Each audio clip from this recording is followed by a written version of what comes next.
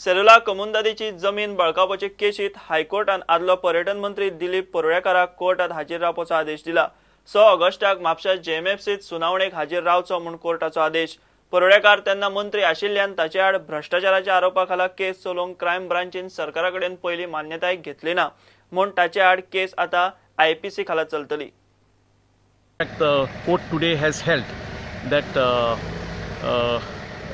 Dilip Parulekar would have to face charges under the sections of IPC, including 420 of the IPC.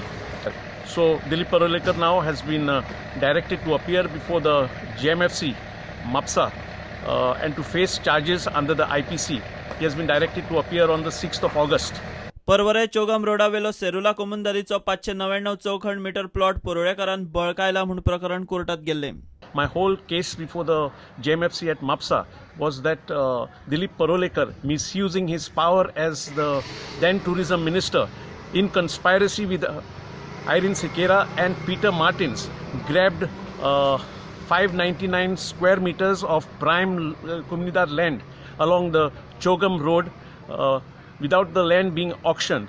He bought that land, which is worth over a crore, for just 3,41,000 in conspiracy with Irene Sequeira and Peter Martins. भ्रष्टाचार प्रतिबंधक कायद्याखाला मंत्र्याआड कायदेशीर कारवाई करूंक सरकाराची मान्यताय लागता।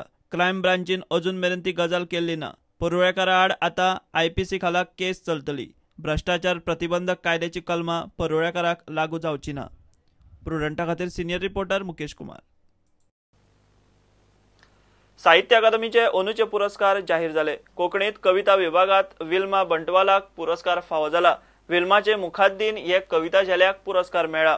लघुकथा विभागात कोंकणीत कुमुद भिकू नायकाचे मॉनिटर हे लघुकथेक साहित्य अकादमीचो पुरस्कार जाहीर जाला।